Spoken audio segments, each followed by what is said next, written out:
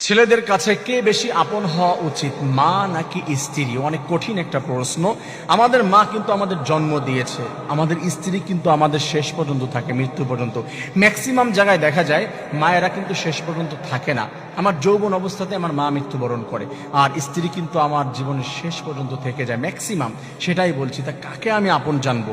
আমি আমার মাকে সব থেকে আপন বলবো, নাকি আমার ওয়াইফকে সব থেকে আমি আপন জানবো? মনে রাখবেন, অথচ আমার ওয়াইফ কিন্তু আমার বাম পাজরের হাড্ডি দিয়ে সৃষ্টি করা হয়েছে, রব্বুল আলামিনের কথা। প্রিয় ভাইয়েরা, যদি এই প্রশ্নটি আপনাদের কাছে আসে তাহলে আপনারা কি আনসার করবেন আমি জানি না। আল্লাহ তাআলা বলে দিয়েছেন, তোমার মা তার পায়ের নিচে তোমার জান্নাত রেখে দেওয়া হয়েছে, আর তোমার স্ত্রী সেটাও, তাকে যদি তুমি খুশি করতে না পারো, অধিকার পূরণ করতে না পারো, তুমি জাহান্নামী হয়ে যাবে। মায়েদের পায়ের নিচে আল্লাহ তাআলা জান্নাত রেখে দিয়েছে। মনে রাখবেন, আপনার মা এবং আপনার স্ত্রী, এই দুইজনের দোয়া কিন্তু আপনার জীবন পরিবর্তন হয়ে যাবে।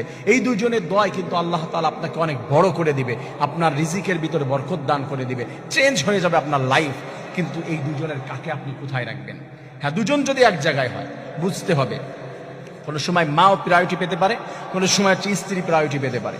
হতে পারে এমন ক্ষেত্রে যে স্ত্রীকেই প্রায়োরিটি বেশি দিতে হবে, প্রাধান্য তাকে বেশি দিতে হবে।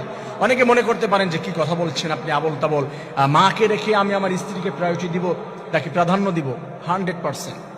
আপনার মা যদি আপনাকে ইসলাম থেকে বাহিরে যাওয়ার কোনো কথা বলে, আল্লাহ তাআলা বলেছেন, ওয়াসাইনাল ইনসানা বিওয়ালিদাইহি হুসনা ওয়া ইন জাহাদাকা লিতুশরিকা বি মা লাইসা লাকা বিহি ইলমুন ফালা তুতি'হুমা।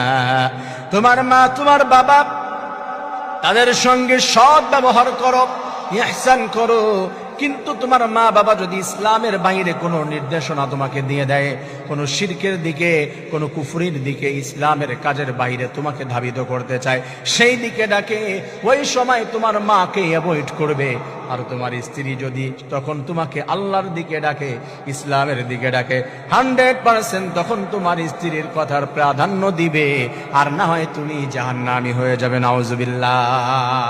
প্রিয় ভাই ও বোনেরা, মায়ের কথা বাদ দিয়ে স্ত্রীর কথাই আপনার মানতে হবে তখন। কারণ ইসলাম যেদিকে, আমার সেই দিকে থাকতে হবে, কোরআন যেদিকে, সেদিকে থাকতে হবে। আল্লাহ এবং রাসূল, আমার মা, আমার বাবা, আমার স্ত্রী, আমার সন্তান, কে কি বলেছে ডাজন্ট ম্যাটার। এইগুলো কোনো ভাবনার ভিতরেই নাই। কারণ রাসূল সাল্লাল্লাহু আলাইহি ওয়াসাল্লাম বলেছেন, লা ইউমিনু আহাদুকুম হাত্তা আকুনা আহাব্বা ইলাইহি মিন ওয়ালিদিহি ওয়া ওয়ালাদিহি ওয়ান নাসি আজমাইন। তোমার মা, তোমার বাবা, তোমার স্ত্রী, পুত্র, ইভেন তোমার নিজের থেকেও যদি আমাকে বেশি ভালোবাসতে না পারো, তুমি জান্নাত পাবে না। তা সেই রাসূলকে, সেই আল্লাহকে যে বেশি